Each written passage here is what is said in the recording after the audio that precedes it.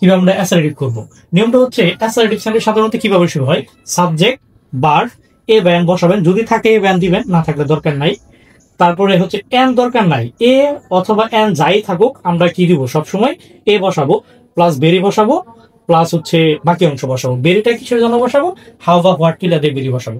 উদাহরণগুলো দেখি তাহলে সুবিধা হবে। তো প্রথমে আমার দিতে বলতেছে সাবজেক্ট। আচ্ছা, এখন এরকম স্টুডেন্ট যদি থাকে যে আপনার যদি এরকম স্টুডেন্ট যদি থাকে যে একদম দুর্বল, তারা সাবজেক্টটা চেনে না, এই জন্য আমি বলি এই সাবজেক্ট হচ্ছে আপনার যে কোনো ধরনের প্রোনাউন হবে এবং নাউন হবে। প্রোনাউন মানে কি he, she, it, they, we pronoun, এবং হচ্ছে নাউন আসবে। নাউন হচ্ছে আর সাবজেক্ট হবে। তাও যদি না চিনেন তাহলে সাহায্যকারী যে ভার্বগুলো আছে ওগুলো চিনবেন, ওর আগে আপনার সাবজেক্টটা থাকবে।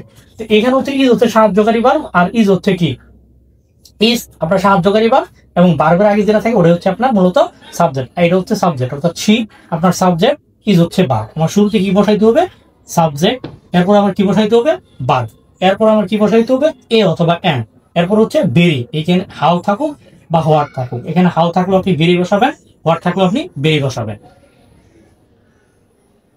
ভেরি ক্লেভার গার্ল, শেষ, এবং শেষ হবে ফুল স্টপ। তাহলে আমরা সেন্টেন্সটা আবার একটু দেখি। প্রথমে আমরা দিব সাবজেক্ট শি, তারপর আমরা দিব ভার্ব ইজ।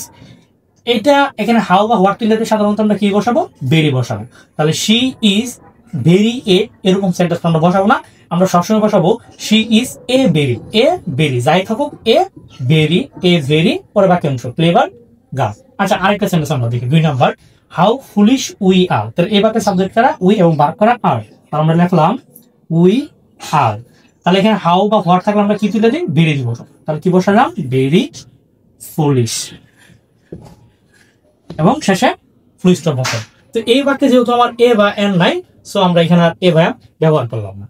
এটা দেখি 3 নাম্বারটা, what a miserable life they lead in our country. যদি আমার প্রথম সেন্টেন্সটা আমার প্রথম ভিডিওটা দেখে থাকেন তাহলে আমি ওই ভিডিওতে বলছি, যদি বাক্যে প্রিপোজিশন থাকে তাহলে ওইটুকু হচ্ছে আমাদের বাকি অংশ, সবার শেষে আমরা করবো ওইটুকু, ঠিক আছে। এটুকু হচ্ছে কিন্তু আপনার প্রিপোজিশন আছে, এটুকু কিন্তু আপনার বাকি অংশ। তাহলে আমার ভুল হচ্ছে প্রথমে আপনার সাবজেক্ট, এরপরে ভার্ব। সাবজেক্ট কারা, দে, ভার্ব কারা, লিড। তাহলে আমরা লিখলাম দে লিড। এরপর আমরা কি বসাবো, এ থাকলে বসাবো, এ আছে বসাইলাম। এখানে হাউ বা হোয়াট কিলে আমরা কি দিব, বেরি, দে লিড এ বেরি, পরে বাকি অংশ মিজারেবল লাইফ, মিজারেবল লাইফ, এরপর বাকি অংশ ইন আওয়ার কান্ট্রি, শেষে ফুল স্টপ।